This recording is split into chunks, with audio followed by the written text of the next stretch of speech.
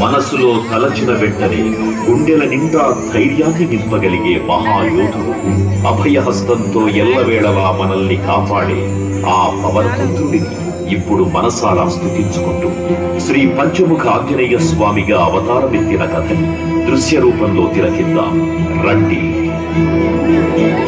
ఆంజనేయం ప్రసన్నాంజనేయం ప్రభాదిత్యకాయం ప్రకీర్తిప్రదాయం భజే వాసుపుత్రం భజే బాలగాత్రం భజే పవిత్రం భజే సూర్యమిత్రం భజే రుద్రరూపం భజే బ్రహ్మతేజం.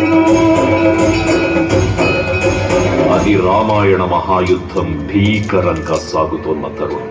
శ్రీరామచంద్రుని సారథ్యంలో వానర సైన్యంతో విజృంభిస్తూ లక్ష్మణస్వామి తనతో పోరాటం చేస్తున్న రావణుడి కుమారుడు ఇంద్రజిత్ తలని బాణంతో ఒక్క వేటుతో వేరు చేశాడు.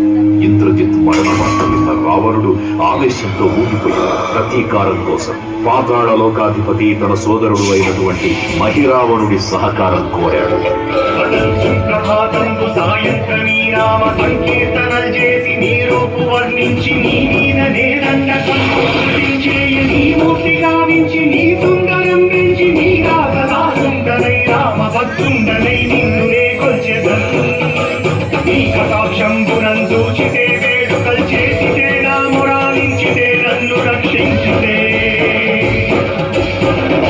తంత్ర విద్యలో ఆరితేరిన మహిరావణుడి దాడి గురించి విభీషణుడి ద్వారా ముందుగా తెలుసుకున్న హనుమంతుల వారు తన ప్రభువుల విశ్రాంతి మందిరానికి కాపలా ఉండగా ఆ దుష్టుడు లోపలికి ప్రవేశించడానికి పలు ప్రయత్నాలు చేసి చివరికి మాయోపాయంతో విభీషణుడి రూపం ధరించి మందిరంలోకి ప్రవేశిస్తాడు.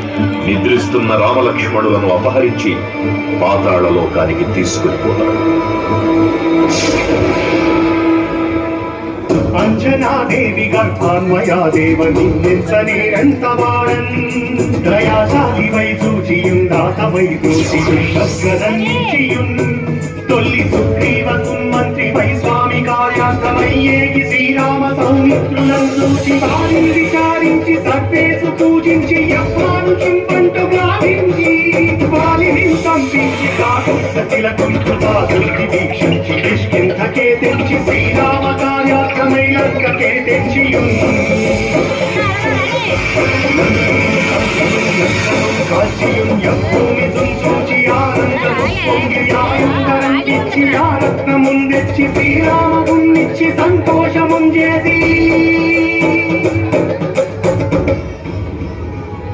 తన ప్రభువులను కాపాడుకోవడానికి వాయువేగంతో పాతాళ లోకానికి